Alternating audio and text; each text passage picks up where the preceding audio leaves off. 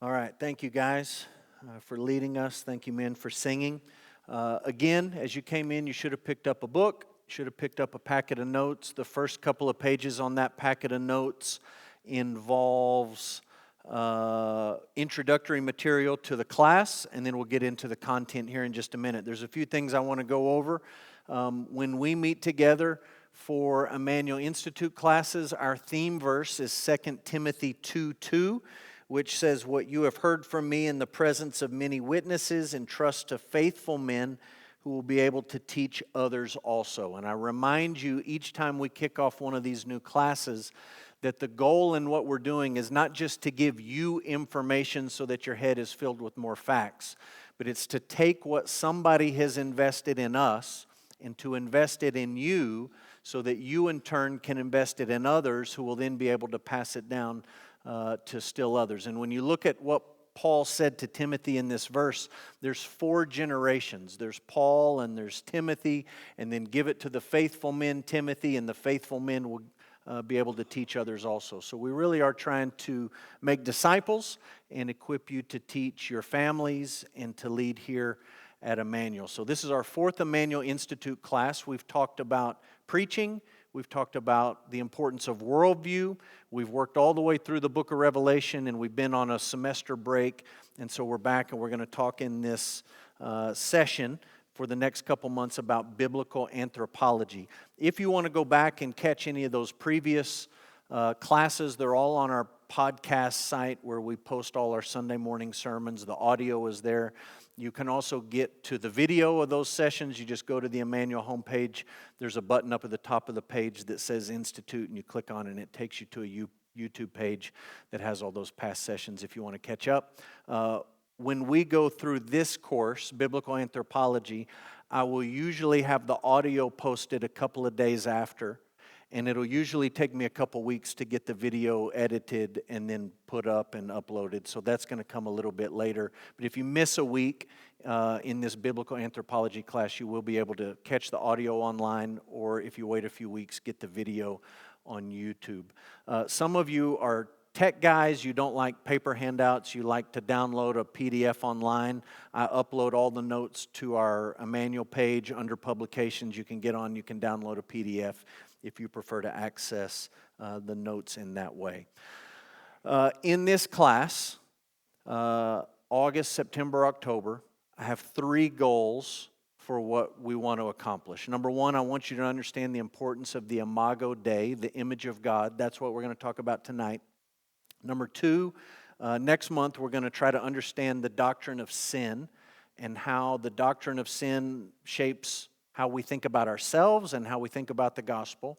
And then number 3, understand the Bible's teaching about gender, sex, and marriage. So I have given you a book, and I joked earlier it's a booklet. It is 120 pages, even though it's small format. This is a brand new release from Ligonier Ministries, a field guide on gender and sexuality. There's some good stuff in here in the opening section just about what it means to be human. That's kind of what we're talking about tonight. And then the gender and sexuality stuff we'll pick up in October. And then in between, we're going to talk about the doctrine of sin, which is not directly discussed here, but this is a helpful little booklet. There's good information here. Here's the deal when you read this. You don't have to agree with everything in here. But everything in here is something that you need to think about living in the year 2024. And ultimately, you have to agree with everything in here. And you have to submit to what Scripture says, even when it's not popular. And that's all that this little book is trying to do, is trying to force you to think biblically about some controversial things that the world has seemingly lost its mind about. So this is an easy book. It's an easy read. If you have teenage kids, this would be a great, great resource to work through with them. If you have elementary age kids, that would be the time to start talking to them about these things, not to wait for someone to hit them up in middle school or high school, but to start talking to them about these things. I want to mention 3 more resources to you, because I always want to encourage you to be reading, thinking people. And the field guide book is entry level, pretty simple. Okay, if you step it up one level, there's a book called Created in God's Image by a guy named Anthony Hoekema. I just finished the last chapter of this today. I had read most of it, but just finished the very end of it. This is a really good book. Very helpful for me in my preparation, and great information here. So that's a good resource if you want to go a little bit deeper. If you want to go one step beyond that, one of the books I'm using in this study a lot is by Herman Bavinck. It's titled The Wonderful Works of God. This is a single-volume systematic theology. I think it's the best single-volume systematic theology that I've read. Okay, Bavinck has a full systematic theology. I think it's 4 volumes called Reformed Dogmatics. This is the whole 4 volumes boiled down into one, and it's really, really, really good. I think it's the best single volume systematic that I've read, and he's got great stuff on anthropology. And then Bavinck also has a book. This is volume 1. There is a volume 2 if you want to step up one more notch and you really want to push yourself. He has a book called Reformed Ethics, and it's basically a biblical anthropology in incredible detail. And you might think reading 2 whole books of 500 pages each is overkill, but it's really good and it's really helpful. And the format of this book will stretch you and it'll challenge you, but it's really not that inaccessible because he's a good writer and he's a clear writer, and this is a good translation of his Dutch work. I have listed on your notes some videos. We did this in previous Institute classes. We didn't do it with Revelation, but I've given you 3 videos just to watch on your own. These 3 videos will correspond with the image of God, R.C. Sproul. That's going to go with what we talk about tonight. Just a plug on this video I've given you here. There's a whole series called Dust to Glory, where R.C. goes from the beginning of redemptive history all the way to the end, and it's really good. And you can get it online at YouTube. This is one of the first ones in that series. So something for you to consider. Week 2, Are People Ultimately Good or Bad? Are All Sins Equal? By Steve Wellum. This is part of a series of videos put out by Southern Seminary called Honest Answers. I love these videos. They pose controversial questions or debated questions or things you've always wondered about. And then one of the professors at Southern gives you a 5, 6, 7 minute answer to whatever the question is. Really, really helpful resource. And then week 3, Rosaria Butterfield and Christopher Wan, the Christian Sexual Ethic. It's a seminar hosted by Ligonier. This is a fascinating discussion because both of these people used to live LGBTQ lifestyles and be part of the LGBTQ movement and pushing it and embracing it, and they both left it. And that doesn't mean that they speak with any more authority than anybody who says what the Bible says, but it's really interesting to listen to the things that they have to share. So those videos will walk you through this class. You can see the course schedule for August, September, October. We have Pastor Nick Carraway, who's here with us tonight. He's going to teach next month on the doctrine of sin, hamartiology, and I'm excited to hear what he has to share with us. And then this is not on your notes, but I'm going to just throw it up here so you know where we're headed after Christmas break. Spring 2025, we're going to extend this series on biblical anthropology, and we're going to spend 1 week talking about what does it mean to be a godly husband, 1 week on what does it mean to be a godly dad, and then 1 week on what does it mean to be a good, godly churchman. And so we're going to extend all the foundational things we talk about here in the fall into the spring and talk about those 3 topics. I have given you a list of suggested reading. These are just some other resources that you may find helpful, and happy to let you look at any of these if you want to check them out before you buy them. You can't borrow mine, but you can look at them in my office. Then you can give them back to me, and I'll put them back on my shelf where they belong. Happy to let you look at them, not walk out of the building with them. All right? I want to be mindful of your time tonight.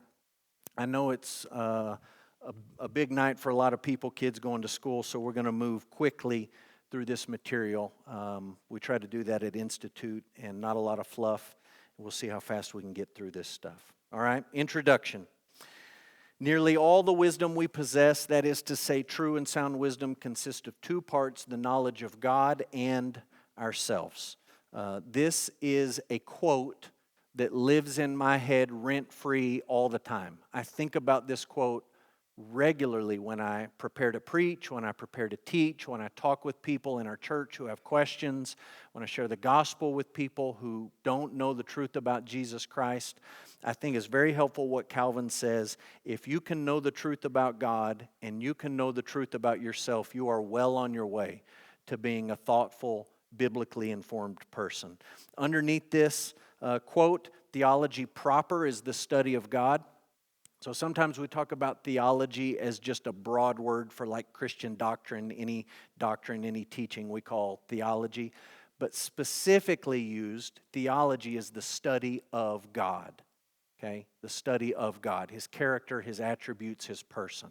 So we want to know the truth about God, Calvin tells us, but we also want to know the truth about ourselves, and anthropology is the study of man. In previous generations, the church had to fight about theology proper. And in previous generations, early church era, they had to fight about the doctrine of Christ. Who is He? What is His person and what is His work? And in the period of the Reformation, the church had to fight about the doctrine of salvation. What is the truth about how we're saved? And over the last 100 years, the church has had to fight about the doctrine of revelation. Is the Bible true? Is it inspired by God? And what I'm telling you is that the fight before us today is first and foremost the doctrine of anthropology. And we live in a culture and a time and a place where people are completely upside down confused about what it means to be a human being. And all the things that we might take for granted as obvious are not obvious to the world today. And so the point of this class starting tonight is just to be grounded on what does the Bible say about what it means to be a human being. Here's the modern challenge of anthropology. None of this is news to you. The widespread violence in popular media. Look, violence is as old as Cain and Abel, right? It's not a new problem. But there is something different in our world today with the callousness and the hardness of heart and the complete indifference to horrific violence. Okay, it's a challenge when you're thinking about anthropology. The proliferation of internet pornography, I could throw numbers at you, stats. It's just mind-numbing if you get online and you read about how much pornography is produced and consumed and the money and the time that's spent on it. You just look at the numbers and you say there's not enough people to consume all of this and to take it all in. It's horrific, and it changes the way that we think about what it means to be human. Abortion and the morning after pill. Again, these things are not new in human history. The early Christians had to deal with these very same issues with different technology. Part of the difference that we deal with today in the United States of America is people who not only embrace these things, but celebrate them and boast about them. And there's no shame in it, or there's no embarrassment about these issues. Homosexuality, the transgender movement, we're going to talk about that in a couple of months. Intersectionality, identity politics, we talked about some of that when we discussed worldview in a previous class. Here's one last thought on the modern challenge of anthropology. It's the rise and the dominance of the modern self. And nobody has talked about this more articulately than Carl Trueman. In a previous worldview class, we talked about this book, The Rise and Triumph of the Modern Self. And the idea that people have today that my inner conception of who I am is the most important thing about me, and for you to challenge that or question that is to do great violence to me. And you can't challenge it. You can't approach it. You can't question it.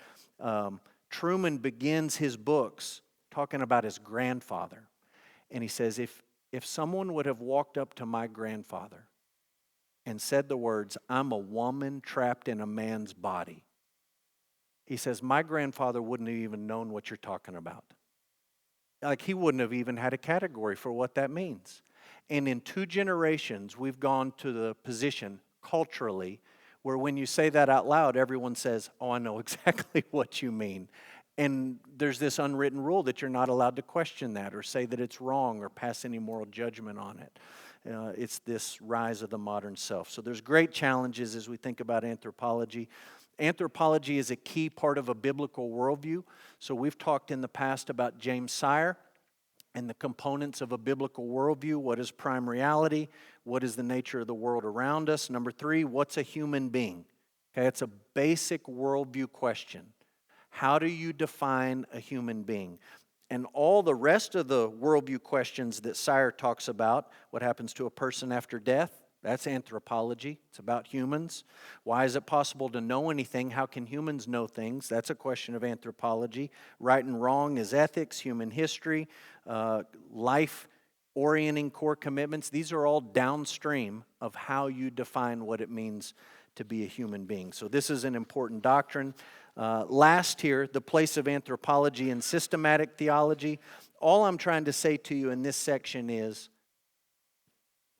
when you think about systematic theology in a book like this by Bavinck, The Wonderful Works of God, and you go to the table of contents, and he starts to talk about the doctrine of God, the doctrine of revelation, the doctrine of the Trinity, the doctrine of sin, the doctrine of salvation, the doctrine of justification, all these doctrines, okay?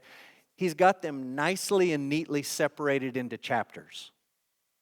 But you can't nicely and neatly separate doctrine, because it's all wedded together and intertangled together. And if you start to mess with one particular area of your theology, revelation, creation, doctrine of sin, Christology, soteriology, ethics, eschatology, it has an impact on what you believe about human beings. Okay, I'll just give you one example right here under Christology.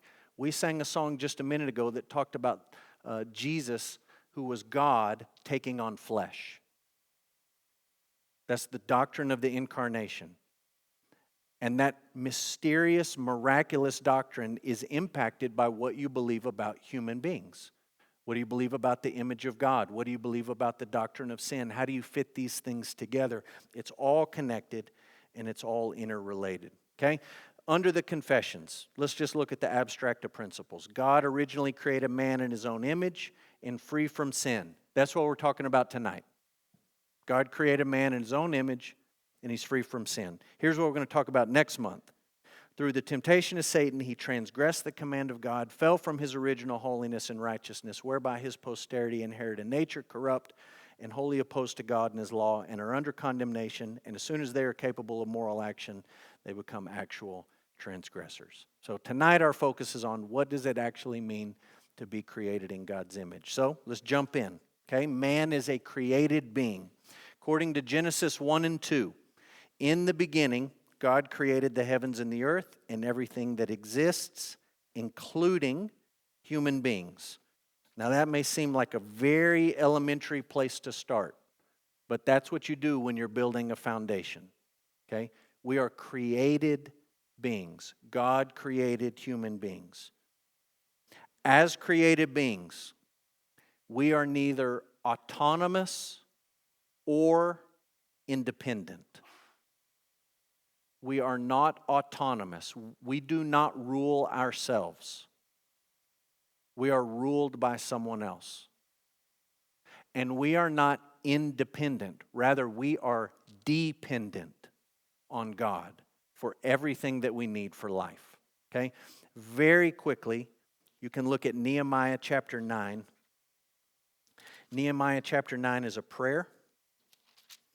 Nehemiah 9:6, Nehemiah prays, "You are the Lord, you alone.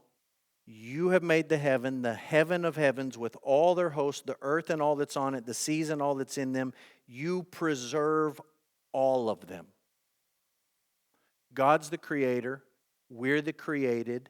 He preserves us. He doesn't need us, but we desperately need Him for everything. Okay, we are dependent on Him. We don't rule ourselves, and we are not independent creatures. Paul says the same thing in Athens as he's talking to the philosophers in Acts 17. He says, God made the world. He sustains everyone. He gives life and breath to all mankind. They depend on Him, but He needs nothing.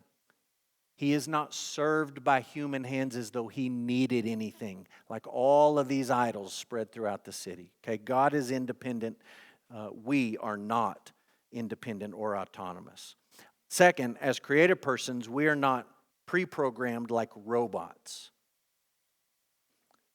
We are not pre-programmed like robots.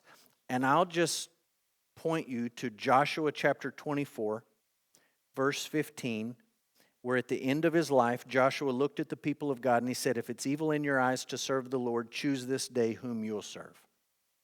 Are you going to serve the gods of your fathers, the ones that they served in the region beyond the river, the gods of the Amorites in whose land you are now? As for me and my house, we'll serve the Lord. He called the people to make a decision about who they were going to serve. They had a real decision to make.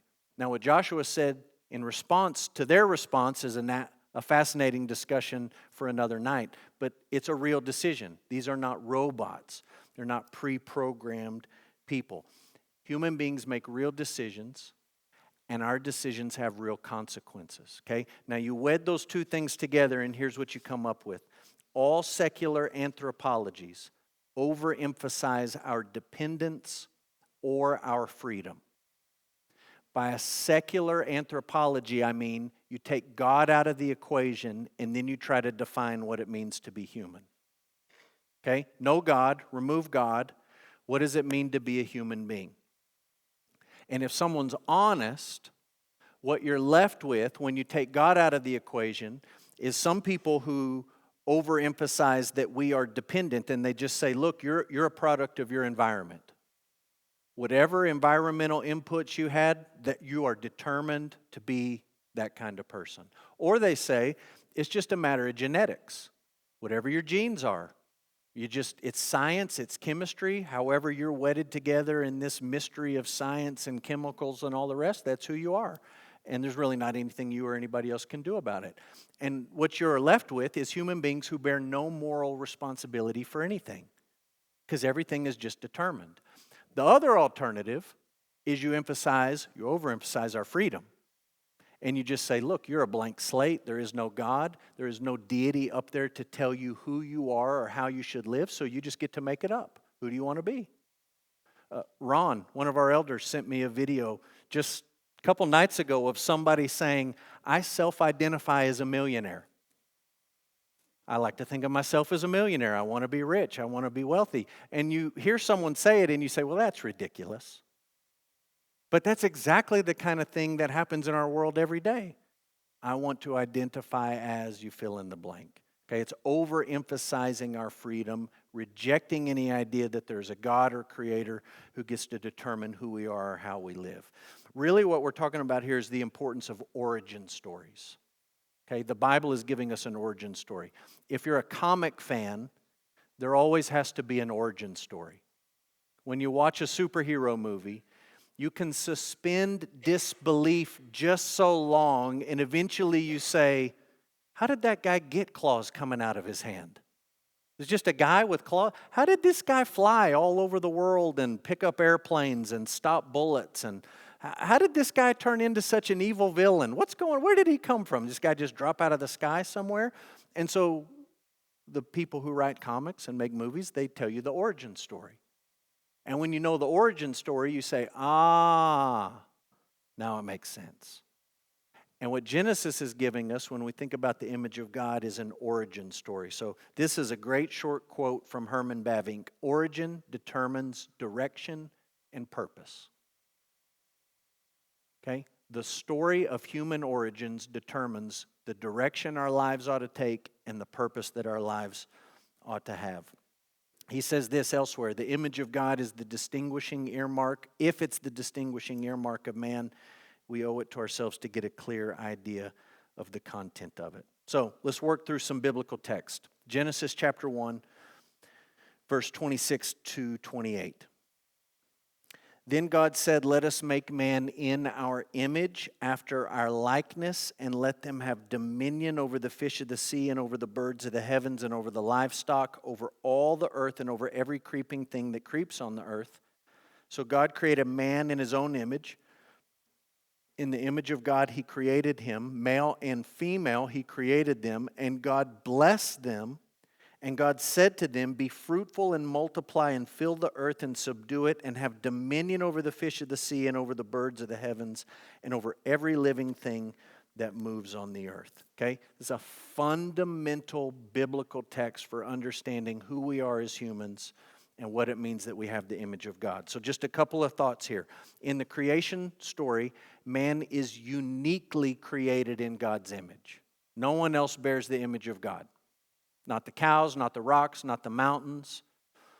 There are some popular authors as of late who try to say that the angels are also imagers. They image God, but that's not clear from the biblical text in any way, shape, or form. It is human beings who uniquely are created in God's image. Second, the plural us that we just read is best understood as a reference to the Trinity.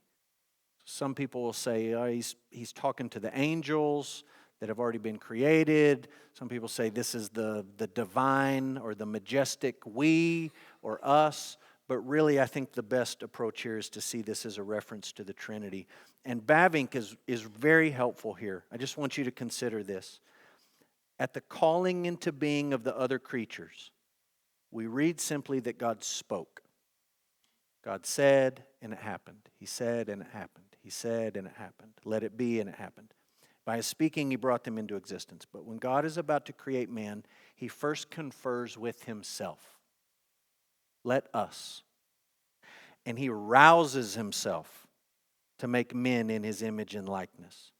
This goes to indicate that especially the creation of man rests on deliberation, on divine wisdom and goodness and omnipotence. There is something unique being communicated when the narrative stops from God said, let there be, and there was light. He said, let it be, and it happened. And he says, let us make man in our image and our likeness. Okay, this is important. The words image and likeness, tselem and demuth, are parallel terms. When you read in Genesis 1 what we just read, image is not one thing and likeness is another. They both mean the same thing. And the Hebrews do this all the time. This is the fundamental structure of the book of Psalms. It's the fundamental structure of Hebrew poetry. The Hebrews say one thing, and then they say the very same thing a different way. The book of Proverbs is filled with this. Okay, Hebrew parallelism, that's what's happening here with image and likeness. These are parallel terms. We also read about the cultural mandate. There's a call to multiply and to exercise dominion. In this creation origin story, it is good for human beings to multiply. And for human beings to multiply, there needs to be a male and a female. And you live in a world that says that's not necessary. But any good farmer will tell you, 2 bulls ain't going to get it done. Okay? You need a male and you need a female. That's built into the creation story. Okay? They are to subdue the created order. They're not to abuse it or take advantage of it, but they're to rule it, and they're to be God's representatives. Genesis 1:31, the summary statement, reminds us that God created human beings in a state of integrity, innocence, and holiness. And that comes straight out of the Hokema quote that I've given to you here. Integrity, innocence, and holiness. When I talk about integrity here, when Hokema talks about integrity, he's not saying God created stand-up people, like really good people, nice people. Something that is integrated holds together. Something that disintegrates comes apart. So when we use the word integrated here or integrity, what we're saying is something along the lines of structural integrity. It's all holding together. Everything's fulfilling its role and its purpose. Man's body, his soul, his spirit, all of these things are doing exactly what God intended them to do. Okay? Genesis chapter 5. Look with me at Genesis 5. Notice Genesis 5 is after Genesis 3.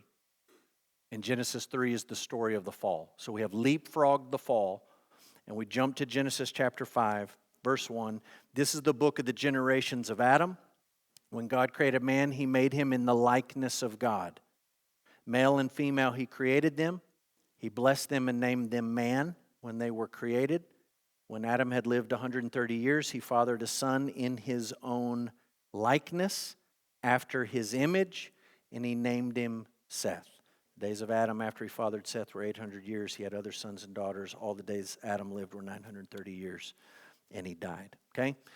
Just a couple of thoughts here. We'll move quickly. The pairing of the words image and likeness indicates that these are parallel terms. They mean the same thing. Don't do weird Bible study and dive so deep into the meaning of one individual word that you ignore the context and you pull some crazy meaning out of the text. Image and likeness, they mean the same thing. Romans 5 tells us that Adam passed his sinful nature to his children, but the image of God has not been lost or destroyed. So we're going to talk about Romans 5 as we move through this study. We're not going to focus on it tonight. But one of the things taught there is that when Adam died, we all died. When Adam sinned, we all sinned. And this sinful nature is passed down, but we've not lost the image of God or the likeness of God. We still retain it, and we still reflect that on some level or to some degree. Okay, one last Old Testament text I want us to read is Genesis 9, verse 1. God blessed Noah and his sons, and he said to them, "Be fruitful and multiply and fill the earth." Should sound familiar. "The fear of you and the dread of you shall be on every beast of the earth and every bird of the heavens, everything that creeps on the ground, all the fish of the sea. Into your hand they're delivered. Every moving thing that lives shall be food for you. As I gave you the green plants, I give you everything. You shall not eat flesh with its life, that is the blood. And for your lifeblood I will require a reckoning. From every beast I will require it, and from man. From his fellow man I will require a reckoning for the life of man." Why? Why is God so serious about this? Right? Genesis 6:5, violence had filled the earth. People were corrupt and they were violent. And God says, look, there needs to be a reckoning, an account given. It's a life for a life here. And here's the justification. Verse 6, "Whoever sheds the blood of man, by man shall his blood be shed, for God made man in his own image. And you be fruitful and multiply, increase greatly on the earth and multiply in it." Okay, two quick thoughts. God's instructions to Noah are an echo of his instructions to Adam and Eve. There's lots of parallels there. And human life must be valued and protected and accounted for because of the image of God. It is because God created man in his own image that there has to be a reckoning of this lifeblood if a life is taken. Okay, you got to get this deep in your bones, and you got to have some steel in your spine, because as Christians today, when you speak about abortion, murder, end of life issues, violence, rape, whatever, there are increasing numbers of people who will say to you, "Why don't you mind your own religious business? And why don't you quit imposing your beliefs on everyone else? And why don't you quit telling us how to live our lives?" And you got to have the steel in your spine to say, no, because of what I believe, that human beings are made in God's image, there has to be a reckoning towards these atrocities when they take place. There needs to be laws that protect people, and there has to be a consequence when these laws are transgressed. Okay, I'm going to let you read Psalm 8. We're short on time. Hokema gives a little comment here about Psalm 8, and you can see the connections to the passages in Genesis. Okay, you have read now the foundational Old Testament texts about the image of God. And we're not going to look at these New Testament texts because of time, but I just want to point out three groups of texts. Okay, the first is a group of one, James 3:9. James says the reason you shouldn't curse other people is because they're made in God's image. They're on this side of the fall. They're sinful, they're wicked, they're depraved, they're alienated from God, but they still reflect the image of God. They still bear his image. They're still imagers of God created in his likeness. And they have value and they have dignity. And your cursing of those people is wrong because they bear God's image. James is saying it's as if you're cursing God when you curse one of his image bearers. Okay, the next group of texts all talk about Jesus as the perfect example of what the image of God looks like in sinless humanity. Okay, you can go through and read those. Jesus is presented as the exact imprint of God's nature, the very image and likeness of God. And this last group of texts, starting with Romans 8, talk about our salvation where God is restoring His image in us. It's been defaced, it's been changed in some sense. It hasn't been completely lost, but it's not what God originally intended it to be. And in our salvation, God is restoring the image of God in us. He's making us more like Christ, who is the image of God. Okay? This is a richer, fuller view of salvation than, do you want to go to heaven when you die?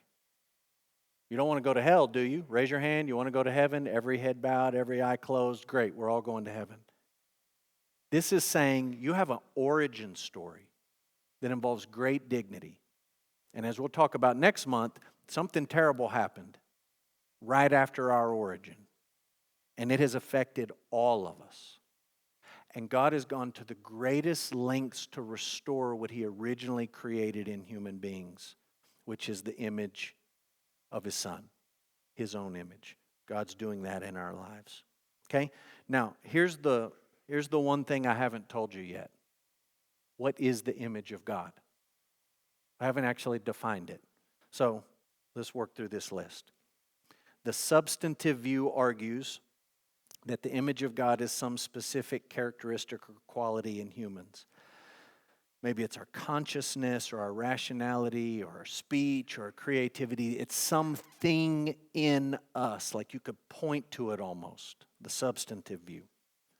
Second, the relational view argues that the image of God correlates to the relationships that have eternally existed in the Trinity. Father, Son, and Spirit, they've eternally related to each other.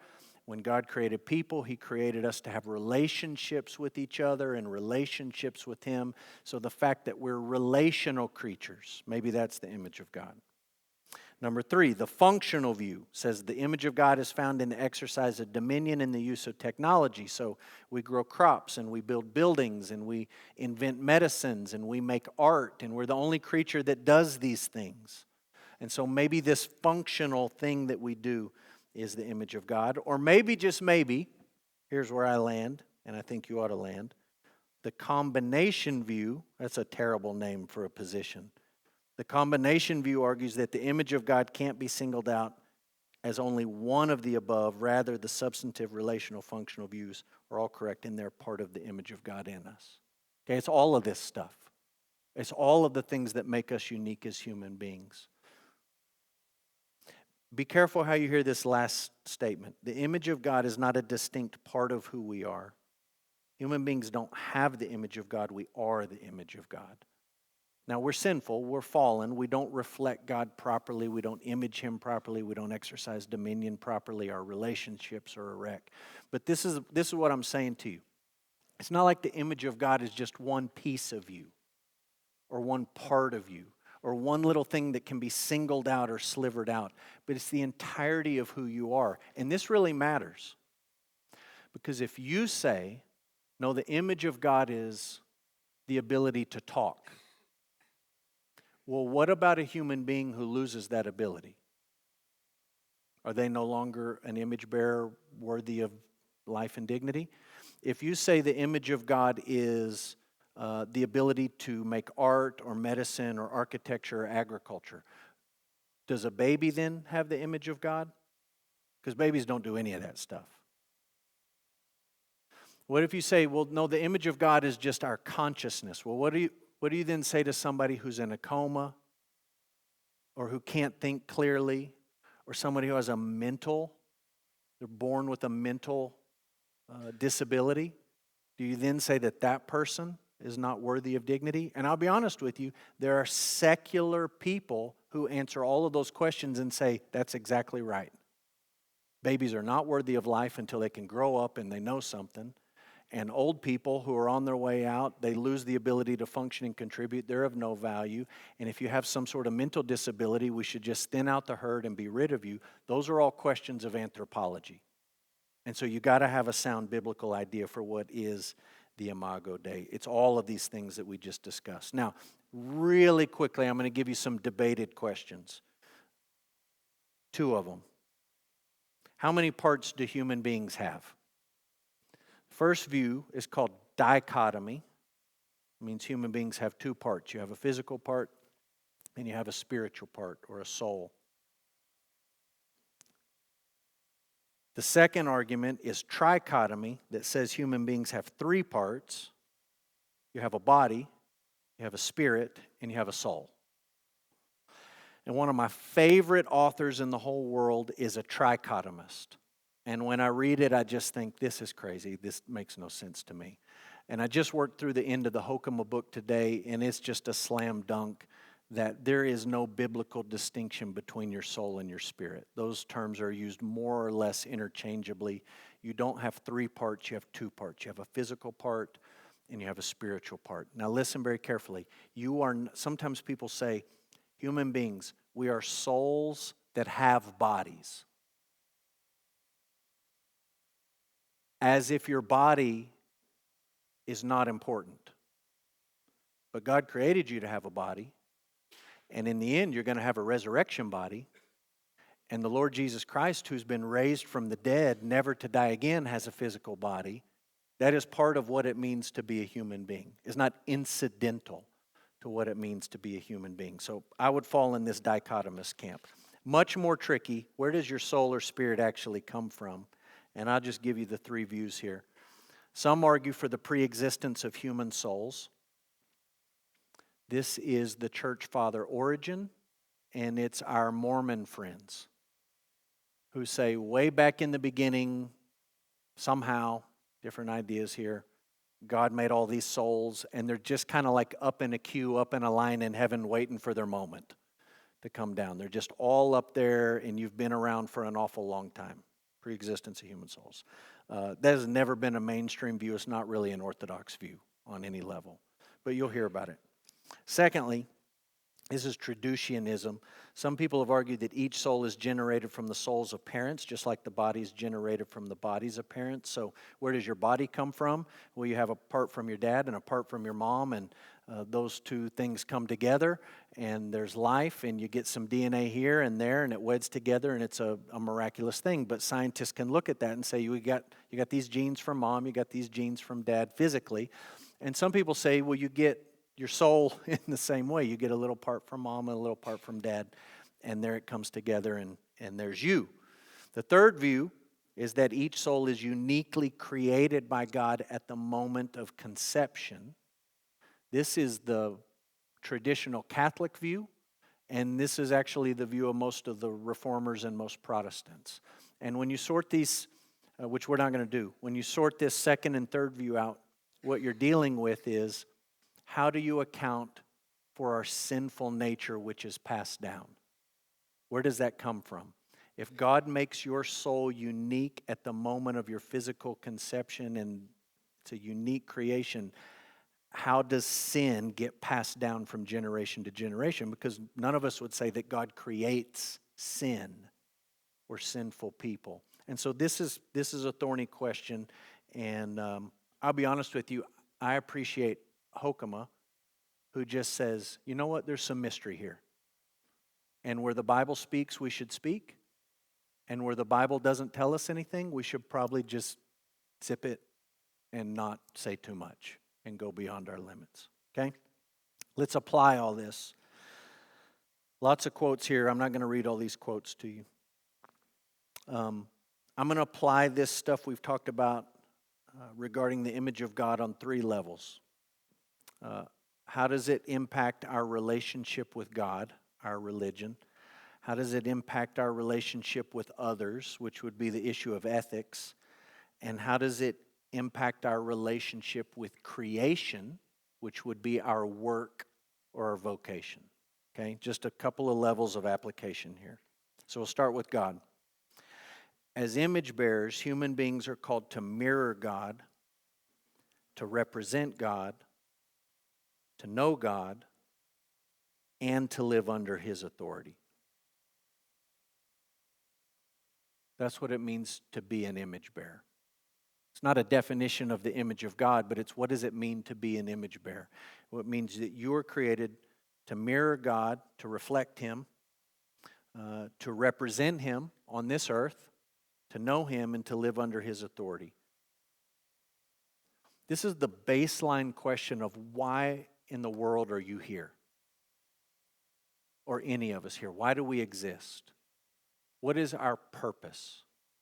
What is the one thing that we would say applies to all of us for a reason for existing? And whatever you believe about our origin story is going to have an outsized view on how you define this. Hokema, to be a human is to be directed toward God. Our culture says to be fully human, you have to just live out whatever stuff you find living in the basement of your heart. That's how you can be authentically human. You just make up whatever identity or future or any of it that you want to pursue. But what the Bible is saying is, if you want to be truly human, if you want to really live out your purpose, here it is. Mirror God, represent God, know God, and live under His authority. Way down at the bottom, Bavinck says you're only truly human to the extent that you display God in your daily lives. Anything that falls short of that is less than truly human in God's design for human beings. Other worldviews and religions operate with different theology and different anthropology. Okay, this is not rocket science. Darwin takes God out of the equation. There's no God. We don't need a God. When you take God out, theology, what's the result for your anthropology? It was survival of the fittest. Dog eat dog. Who comes out on top? Might be you today, it might be somebody else tomorrow. In an ecological worldview, you take God out of it and you put the ecology or nature at the center of it, and what you end up saying is you're no more important than the crickets. You're just a cog in this wheel. You don't have any more reason to exist than the salamander. We got to protect the salamander. They're as important as a human being. So we're going to make decisions based on this overall system. God's been taken out of it. Psychology, and you could add to that psychiatry. You're just chemistry. You're just chemical reactions. It started with two cells coming together, your mom and your dad, and everything has just been chemistry after that. It's all predetermined. You are who you are. There's nothing that can be said about any of it. Hinduism is a different worldview. Hinduism says you're God. That's their anthropology. You're part of God. You are God, just like the chair is God and the building's God and the birds are God. You're all part of God. And then Mormonism, which is an entirely different worldview, says, you know what? You can be God. You can become God, a God. What I'm saying to you is that when you change theology, it impacts anthropology. And when you change anthropology, it impacts your theology. These things are connected and they're wedded together. Sin has marred the image of God in human beings, and we have turned to idolatry. Sin has changed us fundamentally, and that's impacted our relationship with God. The Bible speaks about this in Romans 1, which we've talked about recently on Sundays. One last thought under religion. Salvation involves the full and final restoration of the image of God. Okay, in your regeneration, in your sanctification, in your eventual glorification, what God is aiming to do is to restore and cleanse and purify and fix His image in you that has been marred and defaced by the fall and by your own sin. Okay, let's talk about ethics, the image of God and our relationships with others. The biblical teaching about the image of God is the foundation for our commitment to human dignity and human rights.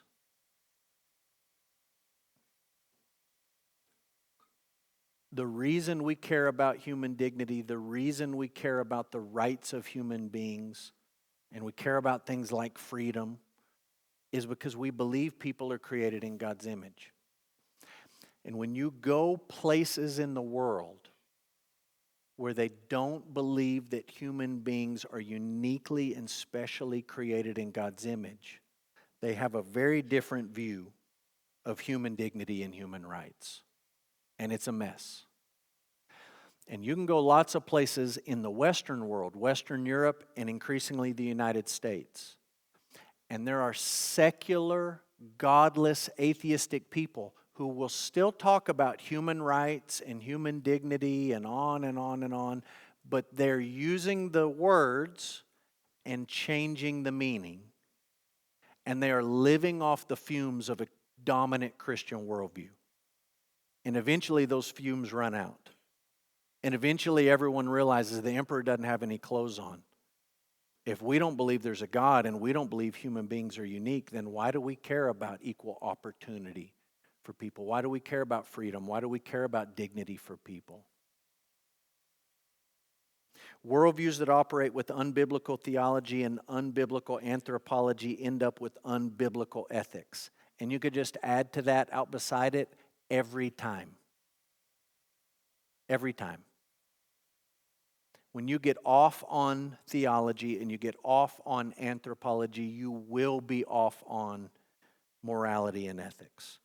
Bavinck gives you just one example. Ethics in the true sense of the word does not exist within a Darwinian framework. You lose it. You lose all sense of right and wrong, morality, ought to, should. All that stuff goes out the window when you take God out. When you take God out, you lose who we are, and then everything's up for grabs. It's a total mess. Okay? Because of the reality of sin, we should be realist when we think about family, friends, church, and country. And we'll talk more about sin next month. We don't want to dip into that too much tonight, but we do live in a fallen world, and sin affects all of us, our family, our friends, our church experience, our political experience. All of it is impacted by sin, and we want to be wise people. We don't want to be foolish. We don't want to present things as they aren't. We want to be honest about the world that we live in. We want to be realists.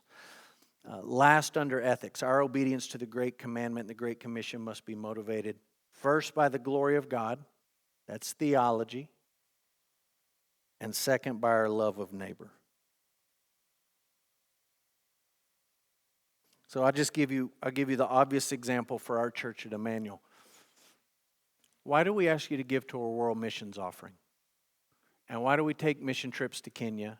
And why do we feed kids in Kenya? And why do we try to share the gospel with them? And why do we do all of those things? Number one, we want God to be glorified here and there and everywhere in between. We care about God's glory. And number two, we care about those people. They're made in God's image. And they have dignity and they have value. And some of them are hungry. And God has connected us in a unique way where we have the opportunity to help them. And we want to do that because we care about them as image bearers. The image of God and our relationship with creation. I wish we could have maybe we'll tack on a fourth lesson in the spring and talk about this. There's a whole world that we could talk about here. When I look out and think about you guys, I think this is an important topic when we think about work. Fulfilling our vocation is part of bearing the image of God. Bavinck says man was not created for idleness but for work. Go with me to the nursing home and talk to the people who live in the nursing home. And what they will say to you almost to a person is, I feel totally useless. I can't do anything. Now look, they're image bearers. They're not useless. They have value. They're important. They're deserving of dignity. But they're tapping into something that's real. Because we weren't created to be idle. We were created to work. And that goes all the way back to our origin story in the book of Genesis. This is before sin entered the world. God told Adam and Eve to work with their hands in keeping the garden, gave them physical work, and he gave them mental work. Name the animals. Look at them, think about them, study them, classify them, differentiate between them. Both kinds of work are honoring to God. Work you do with your hands and work you do with your mind. And human beings were created to work as part of who we are as image bearers. Our vocation is part of bearing the image of God. All culture, this is Bavinck, that is all work which man undertakes in order to subdue the earth, whether agriculture, stock breeding, commerce, industry, science, working in the oil field, all the rest. It's the fulfillment of a single divine calling. Okay? Your work is not a secular thing you do that has no bearing on who you are as a human being in your relationship to the Lord. But your work is inherent to who you are as a human being, and all work is God-honoring work. Not just work you do at a church, but all work is God-honoring work because God created us to exercise dominion and to work. All right, conclusion very quick. As creative beings, we have the responsibility to glorify our Creator. We're not autonomous, we're accountable to God. It is our responsibility to glorify Him. Number two, as relational beings, we have the responsibility to love our neighbor. It's not optional. Every person you ever meet on this planet bears the image of God. And your calling is to show them biblical, Christian, truth-filled love. Number three, as ruling beings, we have the responsibility to steward creation. You are more valuable than the salamanders and the crickets. And the decisions we make about how we live in this world should be based not on, first and foremost, above all else, as equal anything that we find in nature, but on what would be beneficial and helpful and promote flourishing among human beings. We're to be good stewards of creation. Number four, as spiritual beings, we must remember that the image of God is displayed most perfectly in sinless humanity, which reminds us of the miracle of the incarnation in the person of Jesus Christ. All right, there was a lot there. That's a foundational lesson. Everything that we're going to talk about moving forward builds on that. Next month, we'll talk about the doctrine of sin. I think 9 times out of 10, when people come talk to me as a pastor and they're struggling with a particular doctrine, 9 out of 10, we can trace it back to they don't understand what the Bible teaches about sin on some level. It really, really is important that you understand that. Week 3, we'll talk about gender and sexuality, and then we'll get very specific. In the spring, we'll talk about being a husband and a father and a churchman. All right, let's pray. God, we love you. We're grateful for your word. We are thankful that you have not left us to wonder who we are or what our purpose is or why you made us or how we should live. But you have spoken to us in the scriptures, and you've told us all these things clearly and directly. And Lord, we live in a time and a place where people are confused and they have hardened their hearts and they have turned away from your revelation to us, and they have preferred lies to the truth. And we ask that you would give us steel in our spine as men leading our homes and leading in this church to believe the truth about what Scripture says about you and about us, and to order our lives and our homes and our church accordingly. We are not independent. We submit to your authority and your rule and your reign in our lives, and we do it joyfully and gladly. We love you, and we pray all of these things in Jesus' name. Amen.